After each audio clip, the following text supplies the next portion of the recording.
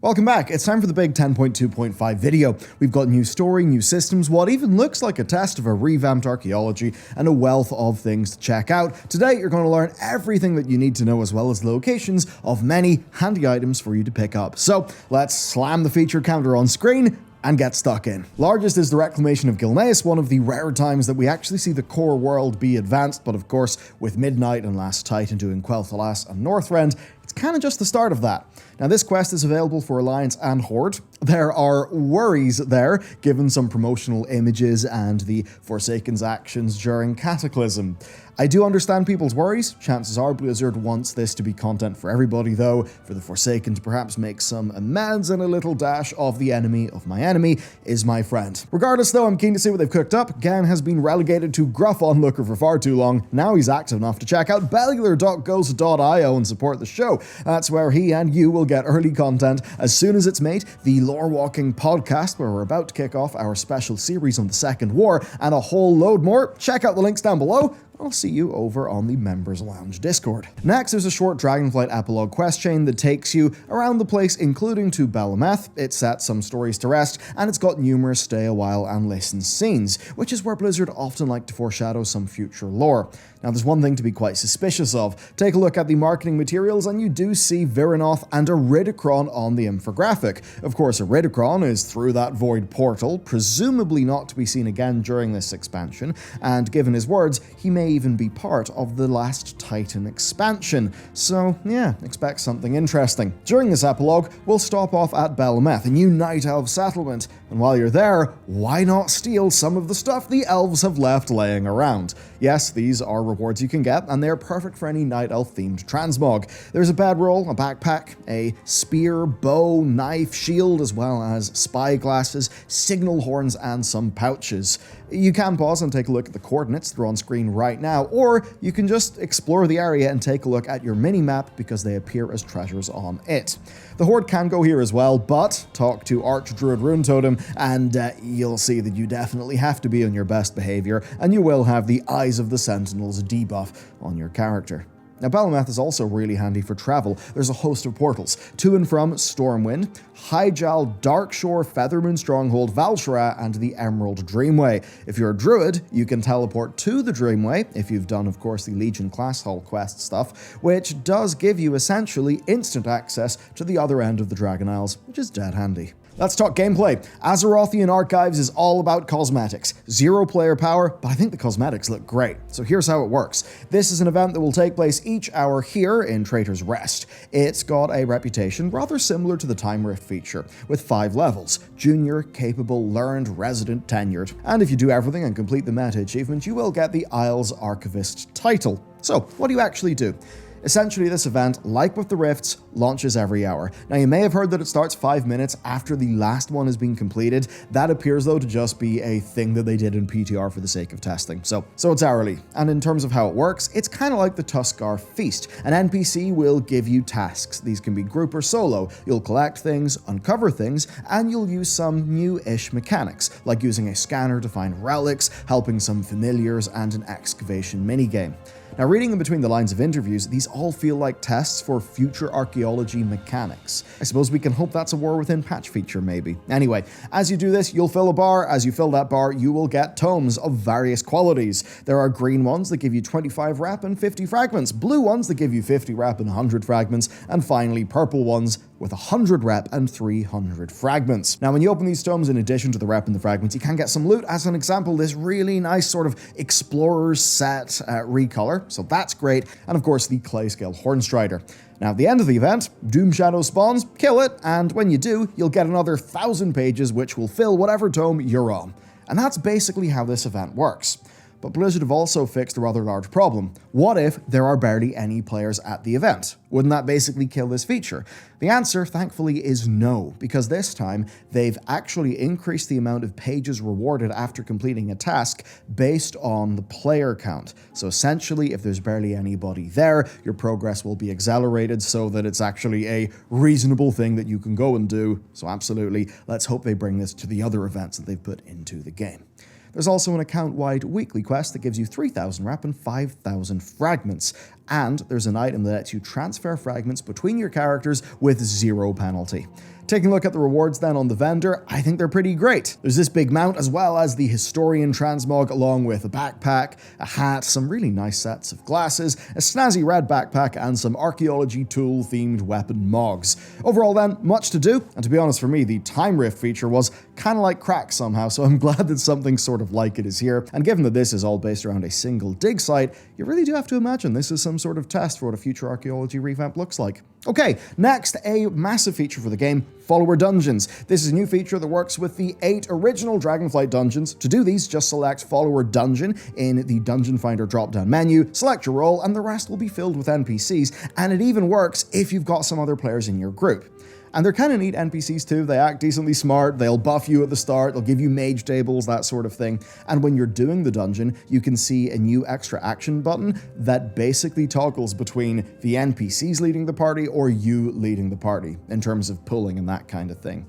Overall then, looking pretty great. Now there's a limit of 10 of these per day, and I've got to imagine that's to clamp down on some like automated dungeon farming that people might do.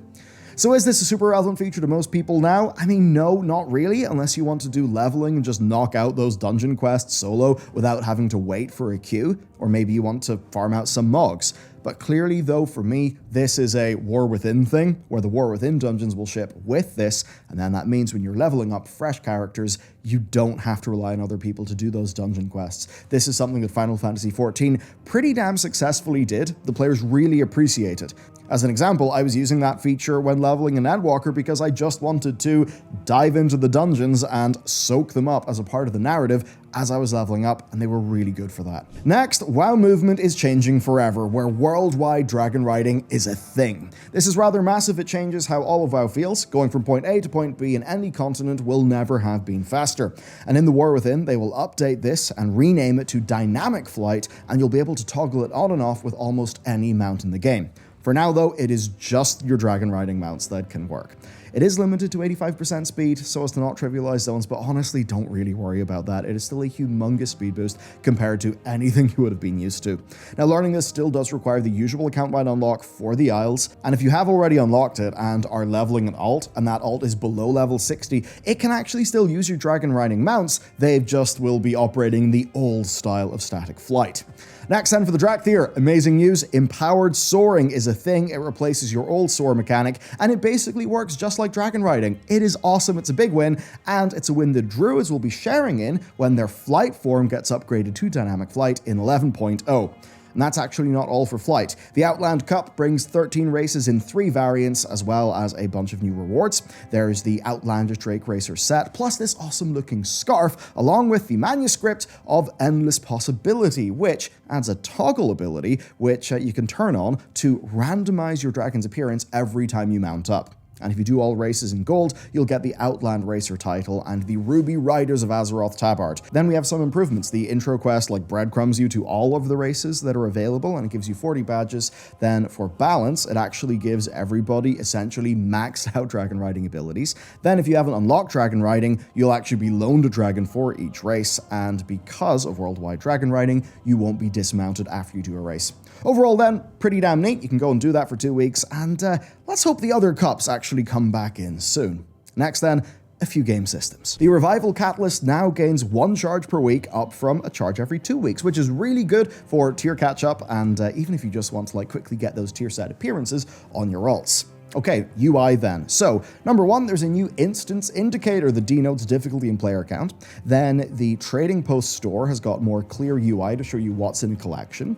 Then we've got the Traveler's Log, which is nicer in a few ways. As an example, time-limited objectives are a good bit more clear. And they've also updated the edit mode snapping, right? So basically snapping to the intersections of grid lines, then the center of frames snapping to grid lines, and the edges of frames snapping to the horizontal and vertical center lines, which altogether is just kind of nice. Then they've also added a preview for the light and dark mode quest text options. Alright, cosmetics. There's actually quite a lot here because there are events, some changes, and just some new things for you to get. And I'll kick it off with character and pet stuff. So, in 10.2.5, we're getting 5 new troll hair colors, a darker Draenei skin color, as well as 5 tyrant options and 11 dark layers for the warlocks to choose from. And it's kind of nice because it covers just a bunch of old and new models as well.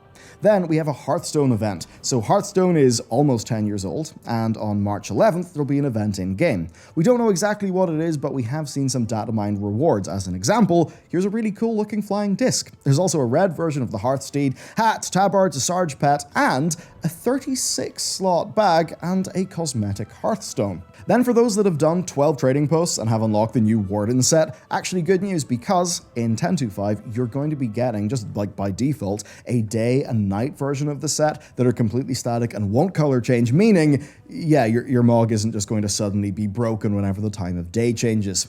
Then another really nice cosmetic thing, and that is that Covenant abilities are being rethemed, which is real nice if you don't want to be reminded of the Shadowlands all the time.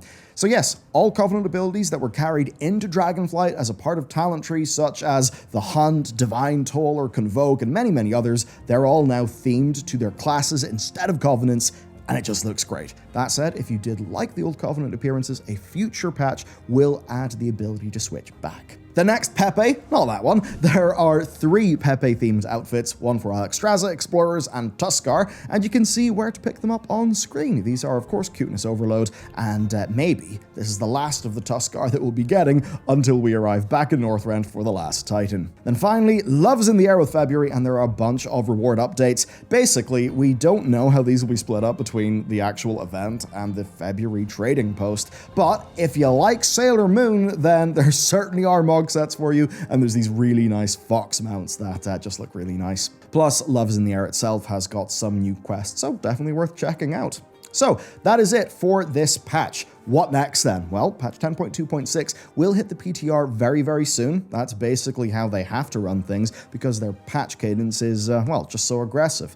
Also, we'll probably get a marketing wave soon to actually explain what this patch is going to be. Of course, all we've got so far is a tease on the roadmap image. It does seem pirate-themed though, and if Season 4 is to drop shortly afterwards, then maybe we're going to see some sort of like, I don't know, pirate invasion of our raids to change them up. Anyway, it won't be long until we see 10.2.7 Darkheart. That will be taking any Iridikron and Xal'atath-related hints that we see in the epilogue questlines in this patch, and, well, it'll do something with them to set up the War Within, which of course is something Blizzard have already been doing, because if you've completed the Guardians of the Dream patch in the very final questline, when everybody's having a big party underneath the tree, number 1, Khadgar says that there is dark whispers going on, and he's going to check in with an old friend about that, and then Thrall and Jaina both get visions, which essentially are the early versions of the visions that Thrall and Anduin get in the big cinematic that Blizzard showed off at BlizzCon. So, many lore things are going on. Thanks for watching today's video, and if you want to learn more about Xal'atath, check out this video next. That's it from me. I'll see you over there.